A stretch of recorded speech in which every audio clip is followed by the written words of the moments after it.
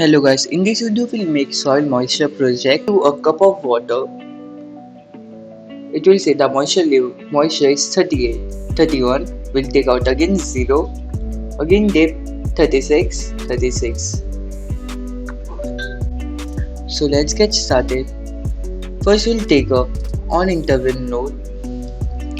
To read the analog value of soil moisture, we'll take an ADC node, analog read node, which performs ADC operation.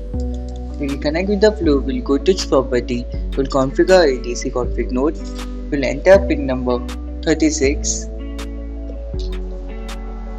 click on add.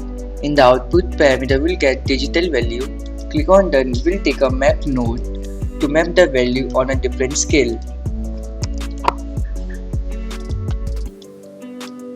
Connect the flow, go to its property. In the input, we'll pass a digital value variable. We'll map it to a scale of 100 to 0. In the output, we'll get the mapped value, in which will be stored in the mapped variable. Click on done. We'll take a display node. Connect with the flow. In the display node, we'll pass expression. Show append mapped value. Save the flow, verify the flow, and we are good to upload it.